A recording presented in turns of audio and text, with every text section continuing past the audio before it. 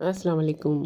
आज के इस वीडियो में मैं आपको लहसुन को आसानी से छीलने का मुकम्मल तरीका बताने वाली हूँ, लिहाजा इस वीडियो को मुकम्मल देखिए।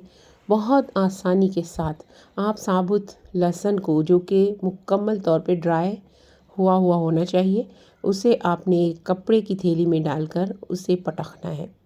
देखें, साबुत लहसुन जो कि गिठिया की शक्ल में था वो कलियों की शक्ल में आ गया है, यानी कि वो खुल चुका है।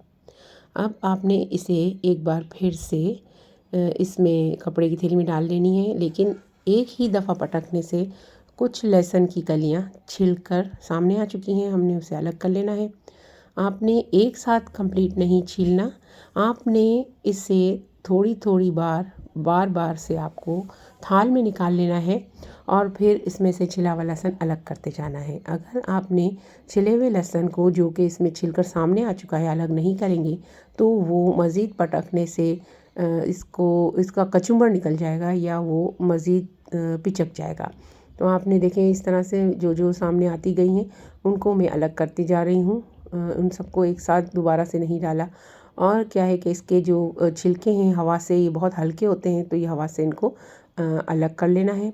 किसी ऐसे कॉर्नर पे बैठना है जहाँ के ये जो छिलके हैं ये कोने में जमा होते जाएं, कमरे के या बैल्कनी के।